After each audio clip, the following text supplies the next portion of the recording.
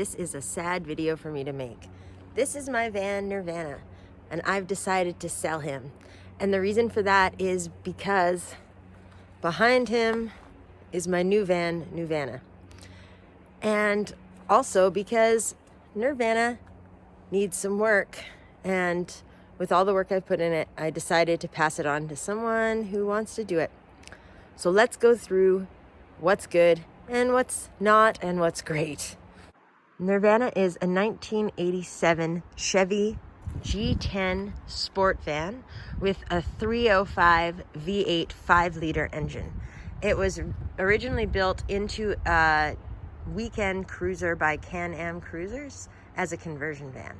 When I got it, it was a wheelchair van and my husband had been injured, and this was 12 years ago. And that made me the third owner of NirVAna. After my husband recovered from his injury, we took out the wheelchair van and I converted it to more of a camper. And then I reconverted it again last year, spending so much time and money. Let's open it up. Here's the newest conversion. It's a little bit messy still. I built it all myself, so it's very rustic. This is where the little stove, I put a little butane stove in there, but it actually fits any sort of camp stove and you can put it on the counter. Here I had wired in a max air fan. Let's turn some lights on. I had everything professionally rewired. So I put this in, and we've also in here, we've got some mood lights. Here we go, we've got mood lights. They go in, they change colors, goes all the way around. They also, let's see what they do. You can turn it like this, and then it goes to sound, so you can have a party in the van. Do, do, do, do. It also does solid colors, and you can change through which color you like. And so yeah, we have those. There is up here another light. They're very, very bright, which helps you be able to find things. The roof, I will peel off all of the things I have up here if someone wants to buy this. Because these are all my personal effects of all my friends. Oh yeah, did I mention it has running water? This is really neat. It's actually a USB rechargeable tap. And under here, you have clean water it draws from, and it dumps into the dirty water. You just have to dump that and fill that. And then you have running water in your van. Here we have a drawer for your cutlery and whatever. And under here is a place to store all of your dishes and such things. If you're someone who's into or gets off on vibes, this van has the best vibes and has been everywhere. Let's have a look at the cab. Here's the cab. I made these seats. These are captain seats. They have armrests on both sides. These do come off. These are the stickers from everywhere I've been. This is going to be really hard for me to let go of. We got sticky buds, righteous babe, friend of mine.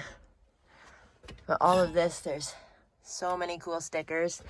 These pillows are coming out, but this is all the front. And then when you go to the back, you want to have a little privacy. We just have a little sheet like that's up here, and just pull it down, and then no one can see in, because here on the side I also made like a curtain, except for it just velcros up like this. So it actually had magnets on it, but I found that they didn't hold it on well enough, and it's also insulated to keep you warm. I'm sitting in the driver's seat, and I figured we should talk about the work that it does need. So I had put about $5,000 into this van last year, doing the entire rebuild, all of the wiring in the back. I'm also going to show you the house batteries, the wiring, the new fuse box, and we wired it so that when it's running, the generator should charge the batteries. That hookup didn't get finished, but everything is there for someone to finish it up who has the right know-how. So right now, you charge this van, we put a plug to the outside, so it just plugs in from shore power or house power anywhere, and it charges the house batteries. It will need new house batteries.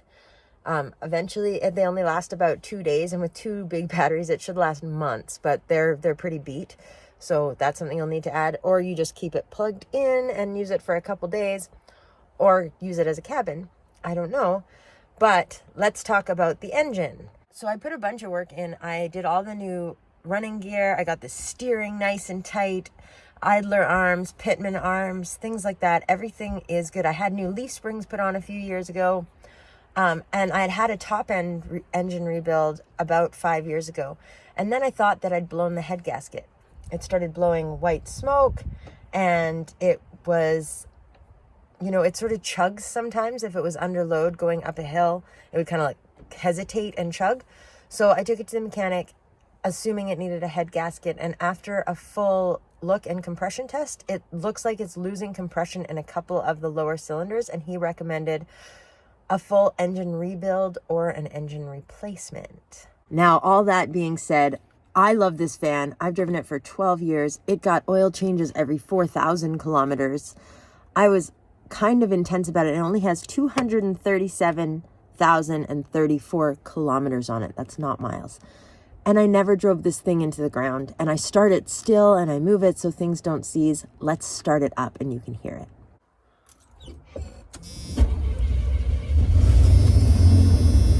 Every single time. Let's turn the fan off so you can hear the engine. She kind of purrs still. She does, but let's have a little walk around and give that hood a little pop. So currently it is not blowing white smoke, but sometimes it'll puff out big amounts of white smoke. If you're driving and you get stuck in traffic, you have to watch the temperature because of the head gasket. It's likely to overheat, and I would pull over and not allow that to happen. Here's the engine. Now, like I said, I have taken seriously good care of this thing. It has a brand new alternator, a brand new radiator, a fairly decent new-ish battery. It sounded a little slow when I started it today because I hadn't started it in a week or two maybe. This is all of the big wiring for the house, that big conduit that goes through. You can see it doesn't, like, listen.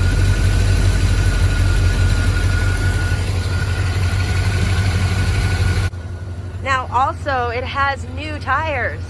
I just put these tires on like 3,000, probably not even kilometers ago. The running board I've reattached, but it could use a support. Right here, if you weigh more than 130 pounds, you're not going to want to jump on that. The door actually works, which is rare for a van of this age. Once upon a time, the antenna broke off, but I found a new one on eBay and reinstalled it because these things need that. It's so cool. Okay, it does nothing, but it looks so cool. Here's where you plug it in to have power. Now I can unplug this and we will still have power for at least a couple days. The batteries aren't really holding a charge. Once upon a time, I backed into a pole. You can still definitely climb this ladder, no problem. And you could probably bang that dent out. I just never got to it. There is a trailer hitch on there. I would have it inspected. It does not have a wiring harness. There are more cool stickers on the back. Van life. This is a spare, no surprise. Oh look, she's starting to blow a little bit. It's been on for a minute. She's starting to blow a little bit of smoke. Tires all good. This running board, solid. So now let's talk about the rust. This is gonna be thorough, the whole video. Here is the worst of the rust. It's getting pretty bad right along here. Now underneath the car, I can't get underneath the car right now because it's gross, but it is solid. Like the whole frame is completely fine and solid, and that's why I kept always sinking all of my money into this vehicle, because this was supposed to be my forever car. I used to say this would be my tomb. Again, this is hard to sell. Starting to get a little smoky. So this was all redone, but this was redone with like Bondo or something. That's why it's black at the bottom. I had this side redone also, but it's all starting to go again. It was a couple years ago and it was like shaved out and bondoed and repainted along the bottom, but like that back part was really bad and it's not now. But this is the door skin here. That's literally all of the rust, and I swear to you, it doesn't go underneath. Let's have a look at the wheel wells. Solid, solid. It's all solid under here. Rear passenger side, solid. Solid. No rust in the wheel wells. Driver's rear wheel well, also very solid. Driver's front wheel well. Dude, she's solid. The mirrors are a little loose. Well, sometimes they move and you have to readjust them. All of the windows roll up and down. This vehicle has traveled with us so many places and holds so many memories. And I really want to pass it on to someone who wants to keep her alive and just have the coolest van. People are going to recognize you everywhere if you drive in this thing in BC. They're going to be like, oh, there's Liz, there's Betty. So this is NirVAna. And she's for sale. She could be a cabin for that teenager that just drives you nuts on your property. You could rebuild the engine and you could drive it, but you can definitely drive it home from wherever you need to go. If you live upper BC or something, you may have to limp it a little bit, drive small amounts, but she absolutely drives and stops. It's also got new brakes, right? New brakes. Oh, and a new master cylinder. I would like to see $3,000 Canadian. There you go.